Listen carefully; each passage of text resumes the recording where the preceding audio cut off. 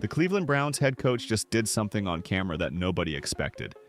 And I'm talking about footage that's circulating everywhere right now. Kevin Stefanski, the man at the center of one of the most talked about quarterback situations this season, just had a moment with Shedeur Sanders that's making everyone uncomfortable. Because what we're seeing in this viral clip looks a whole lot like an apology. And if you've been following this story from the beginning, you know exactly why that's significant. This isn't some casual post-game interaction. This is a coach who spent months keeping a first-round talent away from the starting lineup, suddenly showing a completely different attitude. And the timing? Right after Sanders just led this team to a win over Cincinnati. The entire football world is watching this footage and asking the same question. What just happened here? Let's walk through how we even got to this point, because this situation didn't start yesterday.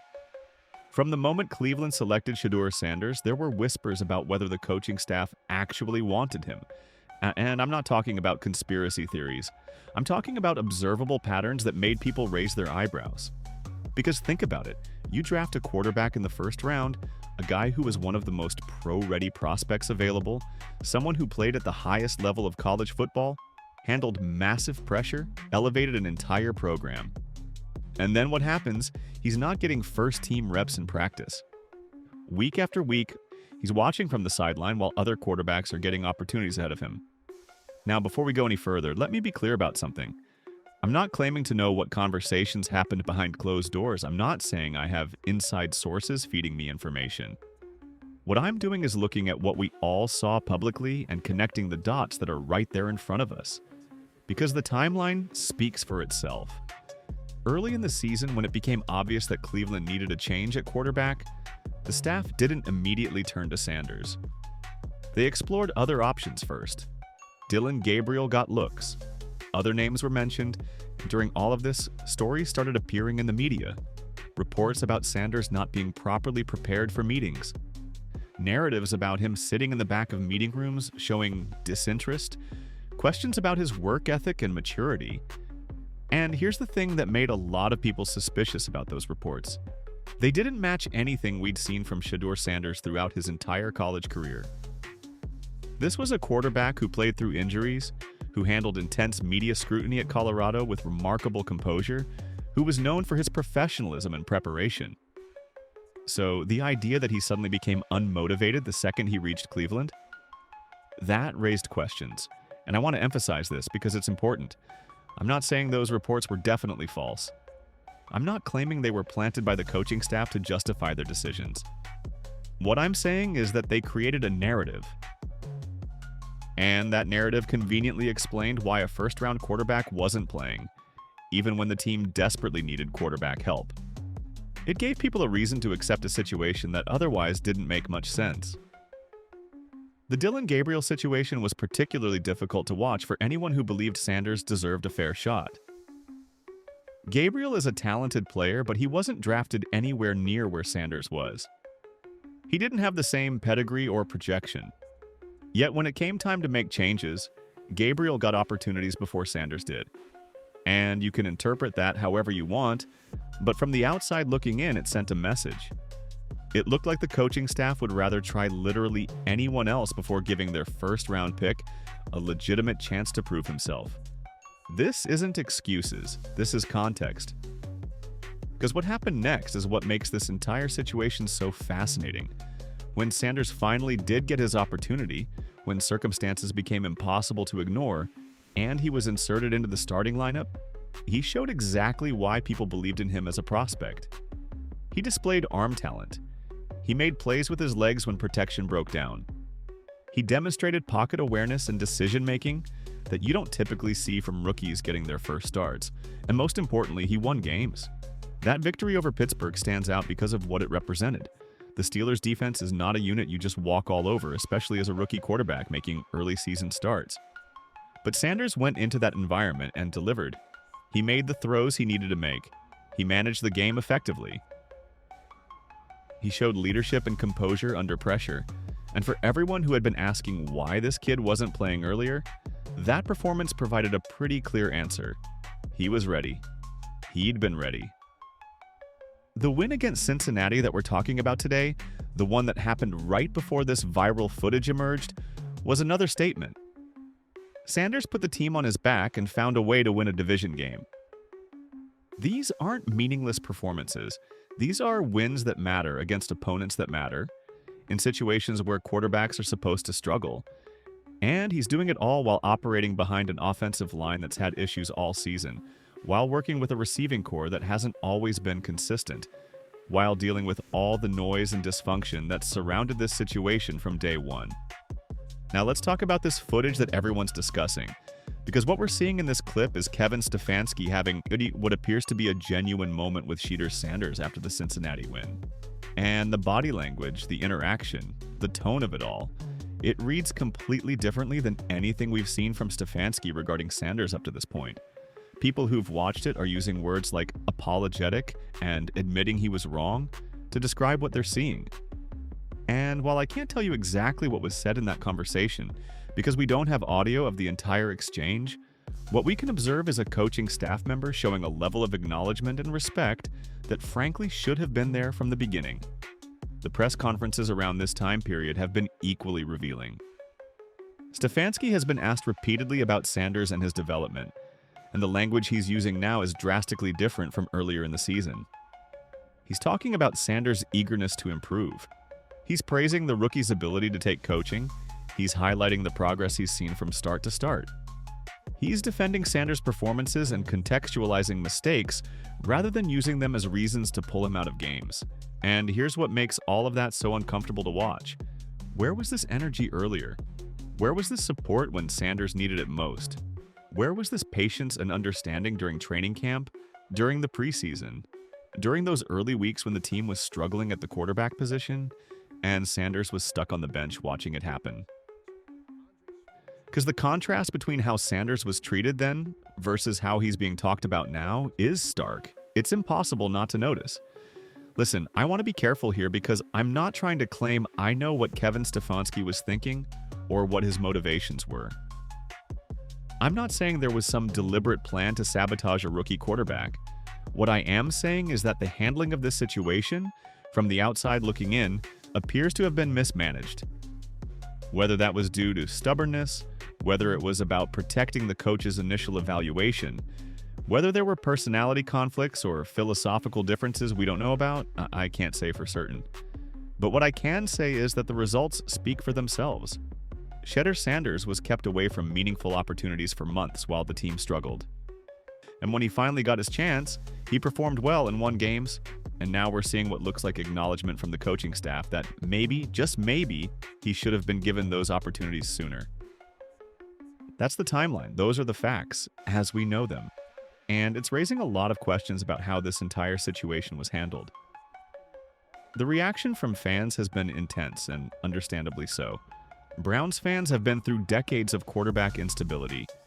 They've watched their organization draft quarterbacks, develop them poorly, give up on them too quickly, and then watch those same quarterbacks succeed elsewhere.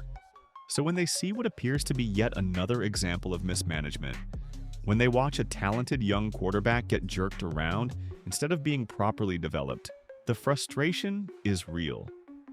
Because at a certain point, you start to wonder if the problem isn't the players, but the system that's supposed to be developing them. And the national media conversation around this has been equally fascinating. You've got analysts who've been covering the NFL for decades saying they've rarely seen a situation handled quite like this. You've got former players and coaches weighing in, pointing out that the normal progression for a first-round quarterback looks nothing like what Sanders experienced. You've got people openly questioning the decision-making process in Cleveland and wondering what was really going on behind the scenes.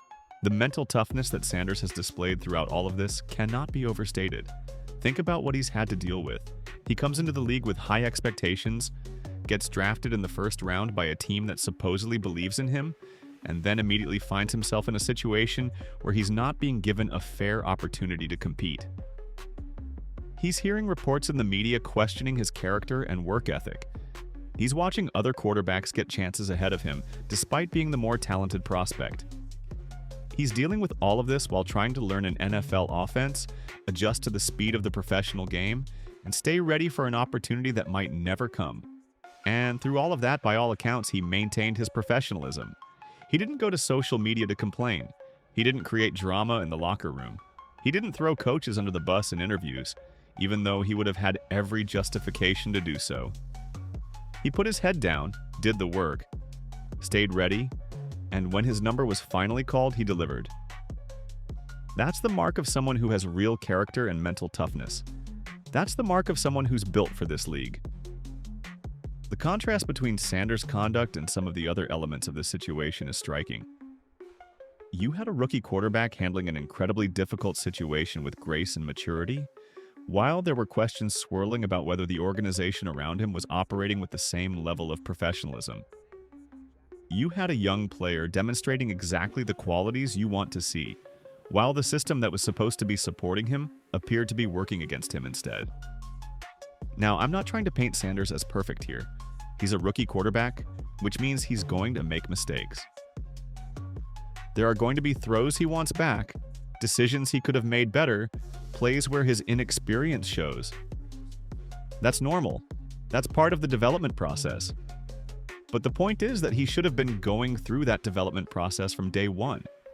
He should have been getting first-team reps in practice, real game planning attention, actual opportunities to grow and improve through live game action. Instead, he spent months on the sideline, and when he finally got his chance, he had to try to make up for all that lost development time on the fly. The Stefanski press conferences during this period have provided some of the most revealing moments. When you listen to how he talks about Sanders now versus how the situation was being discussed earlier in the season, the shift is obvious. There's praise where there used to be vague references to competition and earning opportunities. There's acknowledgement of talent where there used to be generic coach speak about development timelines. There's actual support and advocacy for his quarterback where there used to be, well, not much of anything. And that shift raises an obvious question. If Sanders is as good as Stefanski is now saying he is, if he's as eager to improve and responsive to coaching as is being described, if he's showing the kind of progress and ability that's being praised, then why wasn't he playing earlier? What changed? Did Sanders suddenly become a different player overnight? Or did the evaluation of him change because circumstances forced it to? The speculation around the league regarding this situation has been widespread. You've got people wondering whether there were philosophical disagreements between the coaching staff and front office about Sanders. You've got theories about whether Sanders was a draft pick that was forced on coaches who didn't actually want him. You've got questions about whether there were personality conflicts or communication breakdowns that contributed to how this played out. And while none of that is confirmed, the fact that these questions are being asked so widely tells you something about how unusual this situation has been. What makes this particularly interesting is comparing Sanders' rookie experience to other first-round quarterbacks around the league. When you look at how those players have been handled by their respective organizations, the differences are notable. Most teams that draft a quarterback in the first round are committed to developing that player. They give him first-team reps immediately. They build the offense around his strengths. They show patience with his mistakes because they understand that development takes time. They don't explore every other option before finally, reluctantly giving their first-round pick a chance. The implications of this situation extend beyond just Sanders and the Browns. This is about how organizations treat young quarterbacks, how they communicate their plans and expectations, how they handle the pressure that comes with high draft picks. Because the reality is that quarterback development is more art than science, and it requires alignment between coaching, front office, and player development staff. When those groups aren't on the same page, when there's dysfunction or politics or ego getting in the way of sound football decisions, it's the player who suffers, and that's what makes this viral footage so significant. Because if what we're seeing really is Stefanski acknowledging that he mishandled this situation, if that interaction represents some level of admission that Sanders should have been given opportunities earlier, then it's a rare moment of accountability in a profession where coaches rarely admit mistakes. The NFL operates on pride and ego. Coaches build their reputations on being right, on making the tough decisions that lead to wins. Admitting you were wrong about a quarterback evaluation, admitting you cost your team games by stubbornly sticking to a decision that wasn't working, that goes against everything the coaching culture typically promotes. The fan reaction to this footage has been split in interesting ways. You've got some people saying this shows Stefanski has integrity, that he's big enough to recognize when he made a mistake and adjust accordingly.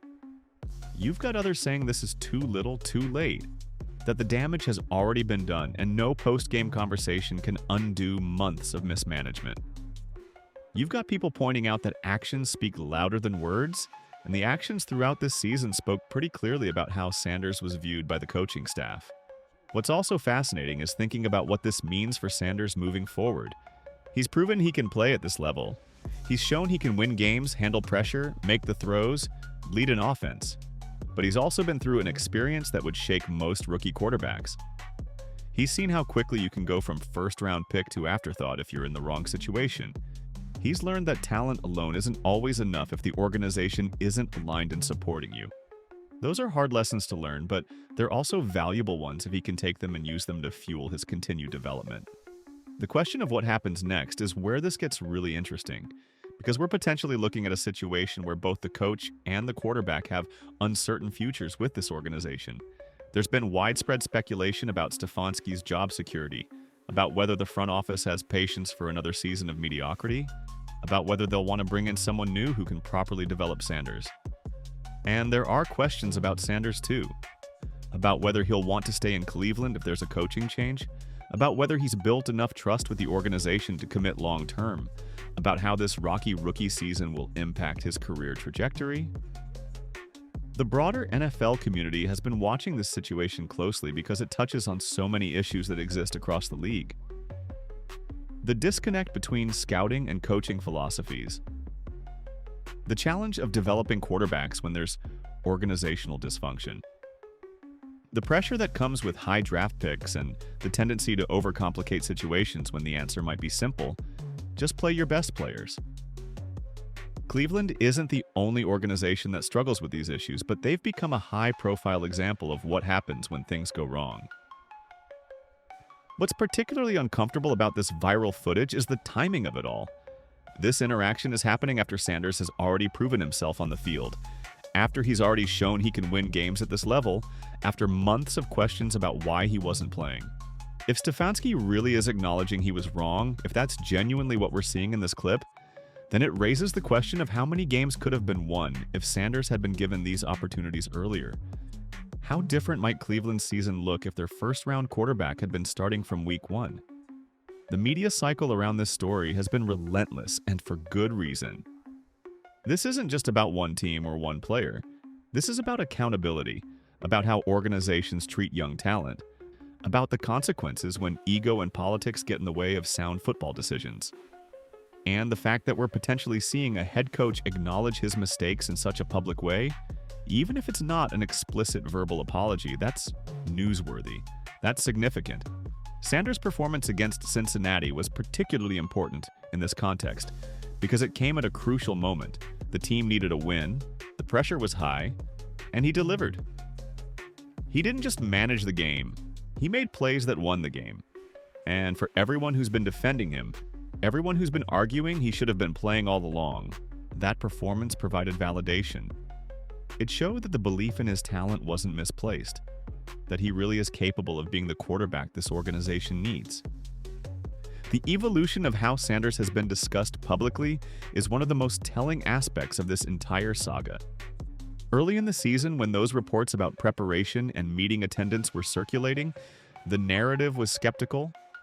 There were questions about whether he was ready for the NFL, whether he had the maturity and work ethic to succeed at this level.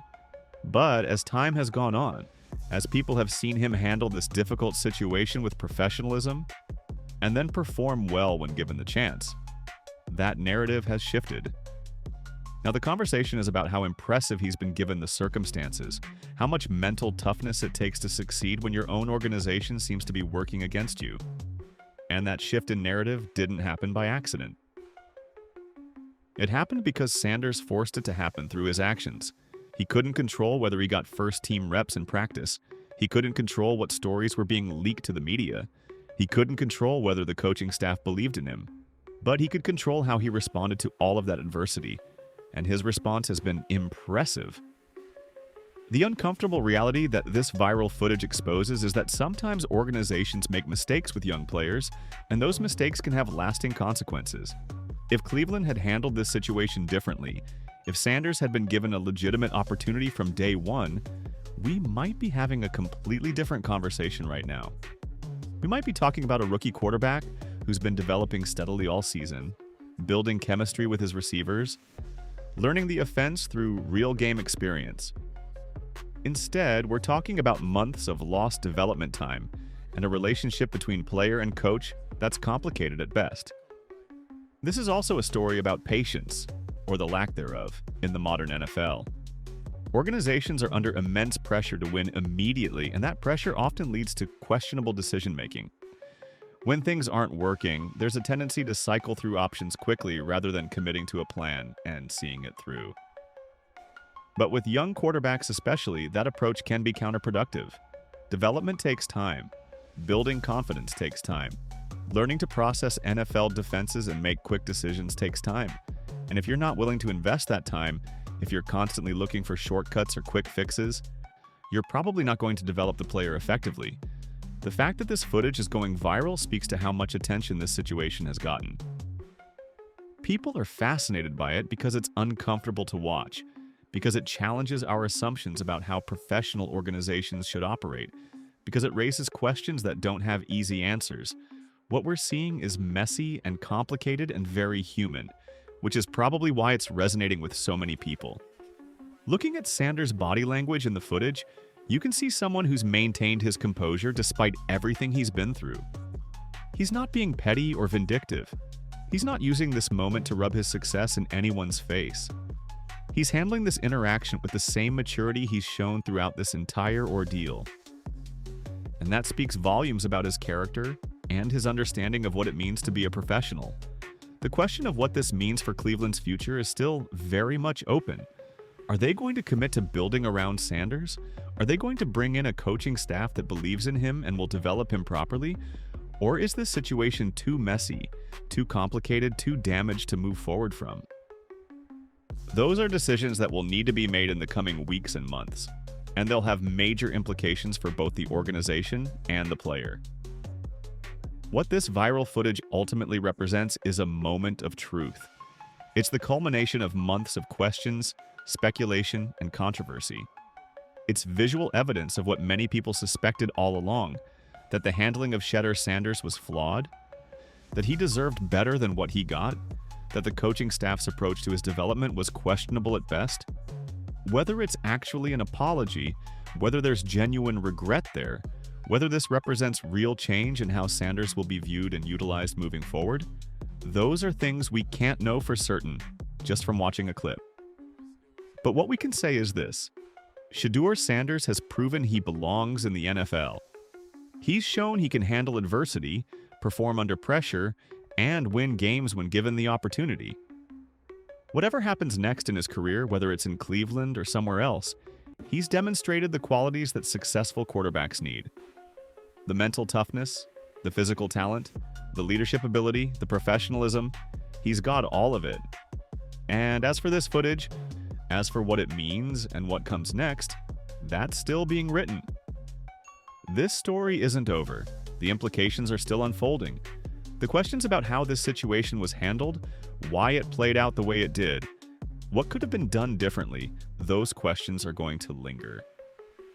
Because this is bigger than one viral clip. This is about organizational culture, quarterback development, accountability, and what happens when things go wrong in very public ways. So what do you make of this footage? Does it look like a genuine acknowledgement of mistakes, or is it just damage control? How do you think this affects Sanders' future with the Browns? And what does this say about how young quarterbacks should be handled when they enter the league? Because these are the conversations we need to be having, the questions that need to be asked as the situation continues to develop.